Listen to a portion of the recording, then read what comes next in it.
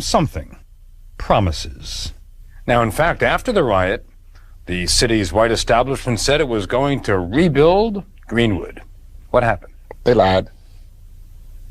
Not a dime. They proceeded to pass a fire ordinance that said, in effect, that you cannot build on property that had been burned. They wanted to starve blacks out of the land. They made it known to all philanthropic groups, we don't want your money. We would take care of our own. And there would be no problem. They spoke. They lied. Courts and insurance companies paid some damage claims filed by whites. All black claims were rejected. A grand jury filed no charges against whites. 57 blacks were indicted for rioting. And in fact, they'd put up one hell of a fight. In my community, among those survivors, they won the riot. They won it. You know, only till they brought airplanes in and dropped bombs and firebombs and brought the National Guard in could they subdue my people. That's the view from the black community, that airplanes and National Guard saved them white folks. We were winning. For Ross, setting up a legislative commission to study the riot was a way of keeping that pride alive. Eddie Faye Gates is one of the members. It said history is the lie agreed upon. Well, somebody agreed not to tell the story of the riot in Tulsa. At first, there was denial, you know. It didn't happen. It wasn't that bad. Now, Tulsa and Oklahoma's way past the denial stage. The commission is looking for the truth by looking for the dead. But Greenwood is looking for more than just some unmarked graves. Somebody has to pay when they do wrong. If you don't, if there's no penalty for wrongdoing, there's no incentive for societies to do the right thing. Who should get reparations, the 60 or 70 survivors or the descendants of all the people who were wronged at the time? My wish list, which I don't think we'll ever get, would be that there would be adequate monetary payments to survivors, the living survivors. For the descendants, maybe scholarships for the college-age children of these descendants. The sons don't pay for the sins of the fathers. They pay for only their own sins.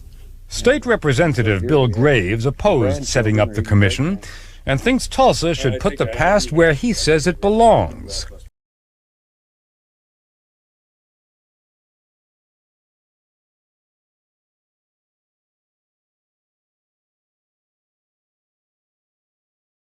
The statute of limitations is run on the people here involved that were injured.